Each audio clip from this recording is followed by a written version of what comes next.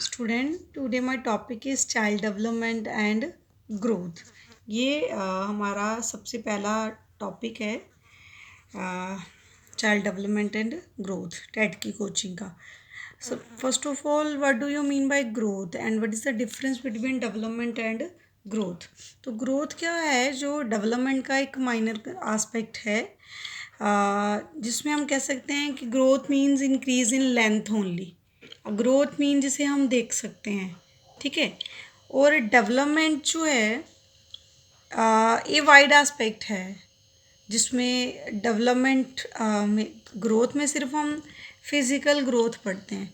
Development में cognitive development, emotional development, intellectual development, social development, ये सारे कंसेप्ट मिलकर डेवलपमेंट बनाते हैं। और इसका अगर सिर्फ फिज़िकल डेवलपमेंट की बात करूँ तो उसको अदर वर्ड्स में हम ग्रोथ कह सकते हैं। इसलिए हम कहते हैं कि ग्रोथ जो है वो माइनर एस्पेक्ट ऑफ डेवलपमेंट है। और डेवलपमेंट में बहुत सारे एस्पेक्ट्स आते हैं, cognitive, emotional, intellectual, social etcetera. अगला क्वेश्चन है, टाइप ऑफ डेवलपमेंट कौन कौन सी हैं, ठीक है।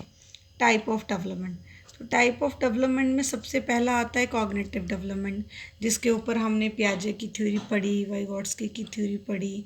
कॉग्निटिव डेवलपमेंट मानसिक विकास जो समय के साथ साथ होता जाता है, ठीक है। ये फ्रॉम द चाइल्डहुड स्टार्ट होता है और एडल्टहुड तक ये चलता जाता है। Cognitive development mean development in is the construction of thought process like problem solving, decision making, etc. ठीक है। समय के साथ साथ हम प्रॉब्लम सॉल्विंग सीख जाते हैं, डिसीजन मेकिंग सीख जाते हैं। ये सब क्या है, कॉग्निटिव डेवलपमेंट, बच्चे का मानसिक विकास। सेकंड पॉइंट है emotional and social development. Emotional and social development के ऊपर हमें वाइगोट्स्की जी ने पूरी थ्योरी दी कि हमारा सोशल डेवलपमेंट कैसे होता है, टाइम के साथ साथ हम कैसे अपने साथ के लोगों के साथ इंटरेक्ट करना सीखते हैं, ठीक है। और ये जो है सोशल डेवलपमेंट सबसे पहले हमारे घर से स्टार्ट होता है, ठीक है। फर्स्ट ऑफ ऑल बच्चा अपने पेरेंट्स के प्रति इंटरेक्ट होता है, ठीक है। और इसी में बच्चा रिलेशनशिप फॉर्मिंग कैसे सीखता है, सोशल स्किल कैसे सीखता है, केयरिंग फॉर अदर एट्सेट्रा। ये सब जो है ये क्या है, ये सोशल एंड इमोशनल डेवलपमेंट है। And the third point is speech and language development. और लैंग्वेज डेवलपमेंट के ऊपर भी हमें वाइगोट्स्की जी ने बताया। उन्होंने कहा कि बिना लैंग्वेज डेवलपमेंट के किसी भी बच्चे का ओवरऑल डेवलपमेंट हो ही नहीं सकता। वाइगोट्स्की जी ने कहा कि language development is the major aspects of any development in the child. बिना लैंग्वेज के कोई बच्चा डेवलपमेंट नहीं कर सकता। और इसमें कुछ स्पेसिफिक चीज़ें दे रखी हैं कि at the age of 2 years child 273 word सीख जाता है। At the age of 5 years बच्चा 2073 वर्ड्स सीख जाता है। These are the specific number given in psychology. And the next is principles of development. Principle of development में सबसे main principal जो हम डेवलपमेंट का पढ़ते हैं, जिसमें हमें बहुत सारी बार जो है एग्जाम में क्वेश्चन आया, that is called cephalocaudal principle. What do you mean by cephalocaudal principle. अगर किसी ने हिंदी में साइकोलॉजी पढ़ी है तो इसको सिरोअधोमुखी कहते हैं, सिरोअधोमुखी। इसके ऊपर हमें एग्ज़ाम में क्वेश्चन आया, सबसे पहली बार हमें क्वेश्चन आया था कि एक बच्चे का विकास कैसे होता है, सर से पाँव की तरफ, पाँव से सर की तरफ, ठीक है। तो ये हमने पढ़ा अपनी साइकोलॉजी की बुक में कि एक बच्चे का विकास सर से पाँव की तरफ होता है, हेड टू फुट।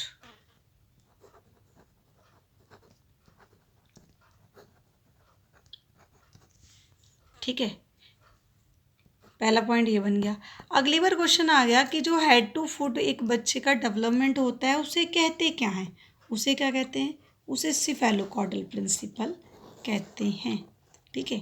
थर्ड बार ये भी क्वेश्चन पूछा जा सकता है, what do you mean by cephalocaudal principle, ठीक है। तो सिफेलोकॉर्डल प्रिंसिपल का बड़ा सिंपल मीनिंग है कि एक बच्चे का विकास हेड टू फुट की तरफ होता है, इसको सिफेलोकॉर्डल प्रिंसिपल कहते हैं। And second is proximodistal principle. Proximodistal principle proximodistal principle हमें बताता है कि according to this principle growth start from the centre of the body and moves toward the extremities. Extremities का मतलब है एक बच्चे का विकास अंदर से बाहर की तरफ होता है। अब अंदर से बाहर की तरफ होने का क्या मतलब है? अंदर से बाहर की तरफ होने का मतलब ये है कि अगर मैं मसल्स की बात करूं, बोन्स की बात करूं, तो सबसे पहले बच्चे की रीढ़ की हड्डी का विकास होता है जो हमारी बॉडी के बीच में होती है, और उसके बाद जो उसके साथ ये मसल्स होते हैं वो बाद में डेवलप होते हैं। हमें एग्ज़ाम में अगर क्वेश्चन पूछ ले कि डेवलपमेंट पहले छोटे मसल्स की होती है कि बड़े मसल्स की होती है, तो हमेशा हम कहेंगे कि पहले छोटे छोटे मसल्स डेवलप होते होंगे तभी बड़े मसल्स डेवलप होते होंगे, बट यहाँ हम गलत हैं। हमेशा पहले बड़े मसल्स डेवलप होते हैं। फॉर एग्ज़ाम्पल रीढ़ की हड्डी पहले डेवलप होती है, स्पाइनल कॉर्ड पहले डेवलप होती है, और ये जो मसल्स हैं साइड पे ये बाद में डेवलप होते हैं। अब इसी पे एक क्वेश्चन आता है, इसको उसने अगर मैं अदर वर्ड्स में बोलूँ तो कहता है कि ग्रॉस मोटर स्किल्स पहले डेवलप होता है एंड फाइन मोटर स्किल बाद में डेवलप होता है।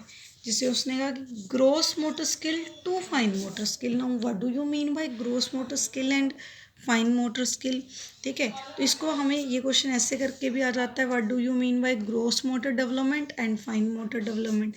ये क्वेश्चन हमें एग्जाम में ऐसे करके भी आया, what is the best example of fine motor development.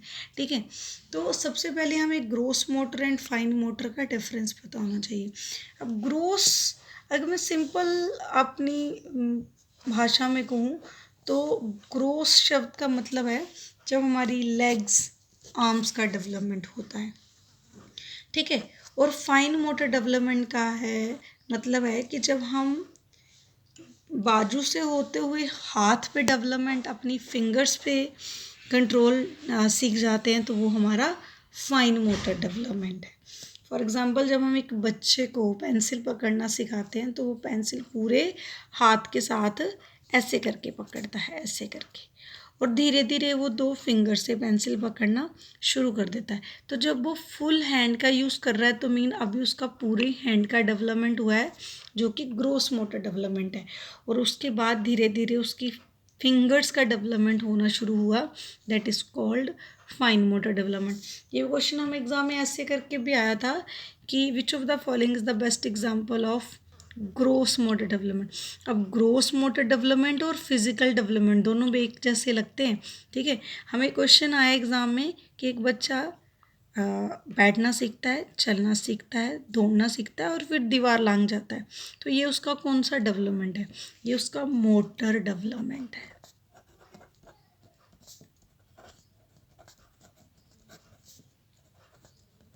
और ऑप्शन मोटर डेवलपमेंट भी था एग्ज़ाम में और फिज़िकल डेवलपमेंट भी था। जिस बच्चे को मोटर डेवलपमेंट का कंसेप्ट क्लियर नहीं है उसे लगेगा कि एक बच्चा चल रहा है, दौड़ रहा है, भाग रहा है, ये उसकी फिज़िकल डेवलपमेंट है। बट यहाँ वो गति विकास का बात कर रहा है। गति विकास का मतलब है कि वो शुरू कहाँ से करता है कि वो मुश्किल से बैठना शुरू कर रहा है और धीरे धीरे वो ऐसी पोजीशन पे आ जाता है कि वो दीवार लांग जाता है। It mean day by day उसका फिजिकल डेवलपमेंट हो ही रहा है, बट मेन जो हो रहा है वो उसकी गति का विकास हो रहा है, मोटर डेवलपमेंट हो रहा है। ठीक है, स्पाइनल कॉर्ड डेवलप फर्स्ट, ये मैंने आपको पहले बता दिया। थर्ड प्रिंसिपल है जर्नल टू स्पेसिफिक। फिर ये क्वेश्चन आ गया, हमें 4 पॉइंट दिए हो ना कि इनमें से कौन सा एक प्रिंसिपल नहीं है, जिनमें से कौन सा एक डेवलपमेंट का प्रिंसिपल है। ठीक है, तो उसमें ये भी एक प्रिंसिपल बन जाता है, gross motor skill to fine motor skill. जैसे ये जर्नल टू स्पेसिफिक आ गया, फिर वही एग्जांपल, जर्नल मतलब पूरे हाथ का यूज़ करना एक जर्नल डेवलपमेंट है, और हाथ का यूज़ करते करते 2 फिंगर्स पे आ जाना ये हमारा स्पेसिफिक डेवलपमेंट है। और हमेशा जर्नल डेवलपमेंट पहले होता है और स्पेसिफिक डेवलपमेंट बाद में होता है। एक बच्चा गिरता पकड़ता चलना जर्नली, सीख जाता है, बट धीरे धीरे वो अपनी सिर्फ टोस पे चलना सीख जाता है, अपने पैरों की उंगलियों पे चलना सीख जाता है। ये उसका स्पेसिफिक डेवलपमेंट है, ठीक है। And the last point is heredity and environment effect. Heredity and environment effect of the development. ये क्वेश्चन हमें एग्ज़ाम में आया कि कौन से फैक्टर हैं जो बच्चे के डेवलपमेंट को बहुत ज़्यादा प्रभावित करते हैं या सबसे ज़्यादा प्रभावित करते हैं। That is called heredity and environment. हमने देखा होगा कि एक स्पेसिफिक एरिया में रहने वाले लोग एक जैसे लगते हैं। चाइना की बात कर लेते हैं, चाइना के सारे लोगों की आइज़ एक जैसी है, तो वो जो इफ़ेक्ट है वो एनवायरनमेंट इफ़ेक्ट है। कुछ एरिया होते हैं जहाँ के सब लोगों की हाइट बहुत लंबी होती है, ठीक है, वो एनवायरनमेंट इफ़ेक्ट है। बट एक ब्राउन आइज़ वाले पेरेंट्स का, मदर और फादर में से अगर किसी एक की आइज़ ब्राउन है और उसके बच्चे की भी आइज़ जो हैं वो आगे ब्राउन होती है, तो वो हेरिडिटी इफेक्ट है। और ये नेचुरली बहुत ज़्यादा देखने में मिलता है। तो एक बच्चे के डेवलपमेंट हेरिडिटी एंड एनवायरनमेंट बहुत बड़ा इफेक्ट डालते हैं। Thank you.